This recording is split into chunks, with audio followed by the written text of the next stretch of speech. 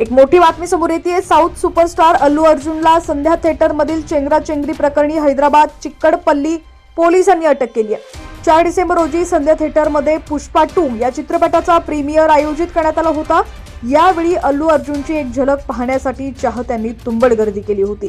यावेळी झालेल्या चेंगराचेंगरीत 35 वर्षीय महिलेचा मृत्यू झाला। या प्रकरणी अल्लू अर्जुन विरोधात FIR दाखल करण्यात आली होती। या विरोधात बुधवारी त्यानं तेलंगणा उच्च न्यायालयात धाव घेतली होती। हैदराबाद मधील संध्या थिएटर मध्ये पुष्पा 2 च्या प्रीमियर दरम्यान चेंगराचेंगरीत श्वास गुदमरल्यामुळे एका महिलेचा मृत्यू झाल्याप्रकरणी त्याच्या विरुद्ध दाखल केलेला FIR रद्द करण्याची मागणी त्यानं केली होती। चेंगराचेंगरीत 35 वर्षीय महिलेचा मृत्यू झाला तर तिचा 9 वर्षाच्या मुलाला रुग्णालयात दाखल करण्यात आलं होतं। 4 डिसेंबर रोजी घटना घडल्यानंतर 5 डिसेंबर रोजी शहर पोलिसांनी अल्लू अर्जुन, त्याची सुरक्षा टीम आणि थिएटर व्यवस्थापनाविरुद्ध चिक्कडपल्ली पोलीस ठाण्यात दाखल केलेल्या तक्रारीच्या आधारे भारतीय न्याय संहितेच्या BNS कलम 105 आणि 118(1) अंतर्गत गुन्हा दाखल केला होता। मृत महिलेच्या कुटुंबियांनी अल्लू अर्जुन विरोधात तक्रार दाखल केली होती।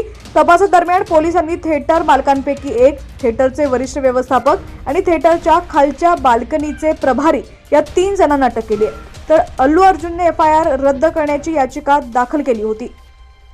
थिएटरमधील चेंगराचेंगरीत रेवती नावाच्या महिलेचा मृत्यू झाला तर तिच्या 9 वर्षाच्या मुलाची प्रकृती गंभीर आहे।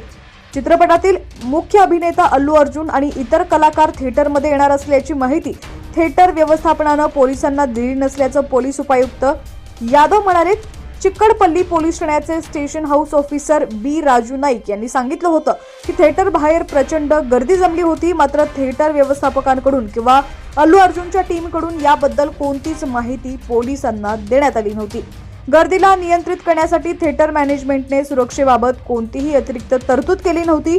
थिएटर व्यवस्थापनाला कलाकारांच्या येण्याची माहिती असतानाही कलाकारांच्या टीमसाठी वेगळ्या प्रवेशाची किंवा जाण्याची व्यवस्था केली नव्हती, असं SHO म्हणाले।